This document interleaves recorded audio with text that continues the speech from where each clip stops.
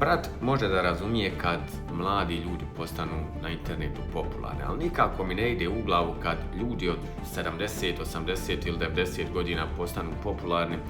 Naime, dragi moji, radi se o videu koji je na Facebooku postao popularan, a radi se o videu u kojem jedna starija gospođa, u ovom slučaju rećemo baka, inače baka Savka, govori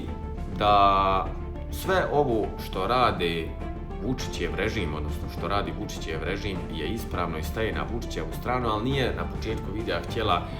da rekne svoje ime i prezime, na kraju je rekla samo ime, jer ne želi da se o tom videu priča, odnosno ne želi da njeni ukućani saznaju njeno mišljenje.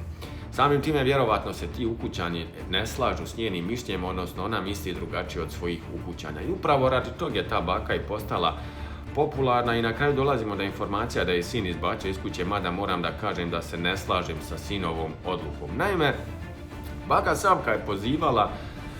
na gašenje univerziteta u Srbiji.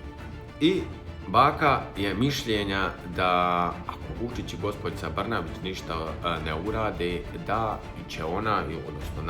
narod da se organizira i da će onda preuzmu stvari u svoje ruke. Kao da se narod nije organizirao i kao da narod ne preuzma stvari u svoje ruke. Ali šta sam vam htio reći ovim videom? Htio sam vam reći da morate da znate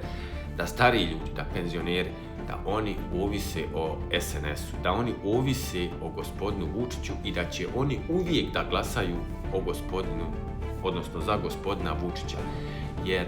oni su mišljenja da on njima daje, dragi moji, njihovu penziju i ako on ode, ako sistem padne, da oni neće da imaju ta svoja primana, te svoje penzije, mada to i nije nekakva penzija, znači to je jednostavno crkavica, pošto bi se reklo kod nas u narodu, ili preživljavanje. Tako da ja sam uvjeren da većina ljudi koji su u mirovini, koji su u penziji, neće nikada budu na strani studenata i prosvjednika